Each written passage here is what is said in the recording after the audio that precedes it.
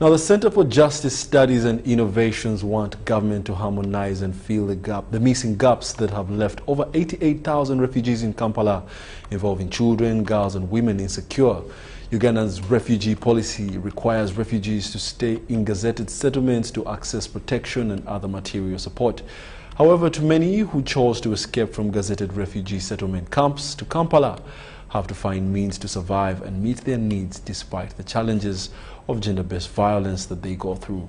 Now, our reporter Shydert filed this report.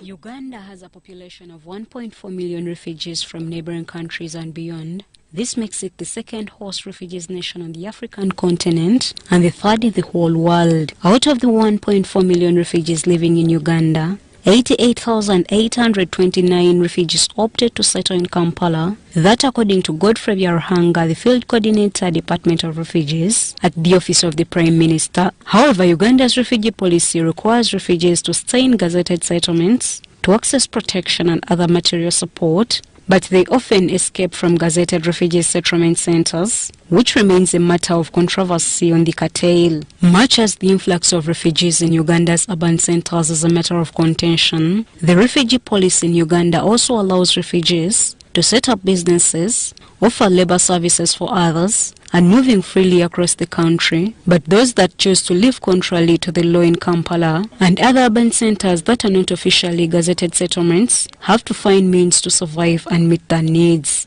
Urban areas are an attractive proposition to these refugees because of prospects for employment, education, and access to better infrastructure.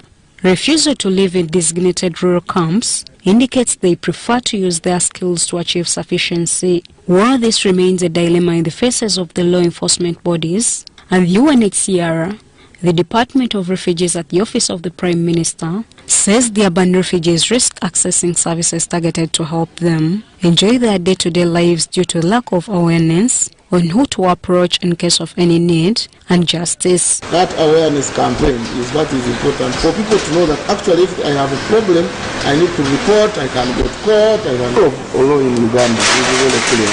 Once you have committed any crime, you must face the law, and the refugees are not above the law. Because most of these people have gone through a lot. They are traumatized and they need a lot of rehabilitation, a lot of sensitization, a lot of awareness. Those conflicts you've seen getting out of hand, at times it is refugees versus refugees. We're doing awareness, the community bazaars. We are telling each and every resident in Kampala on how they should behave and how they should abide by the laws. Harunah says government is in an engagement with the Ministry of Internal Affairs to see how urban refugees can enjoy working in Uganda, despite of the restrictions embedded in Uganda's refugee policy that bar them from moving out of the gazetted or restricted refugee settlement centers where they have access to relief aid. And those who have been arrested in those circumstances, then we've been intervening to know what was the problem. And at times we find it's a different case altogether. It's a different case. So somebody is not even a registered refugee in his boat, then they say, I am a refugee, I am seeking asylum today. By September 2019, Uganda was hosting around 1.35 million refugees and asylum seekers, mostly in the West Nile, northern and western parts of the country. According to UNHCR, Uganda hosts the third largest refugee population in the world and the largest in Africa. Most of the refugees are from neighboring countries, such as the Democratic Republic of Congo, DRC, South Sudan, Rwanda, Burundi, Ethiopia, Sudan, Eritrea and Somalia. Shydert in Nasaku, UBC News.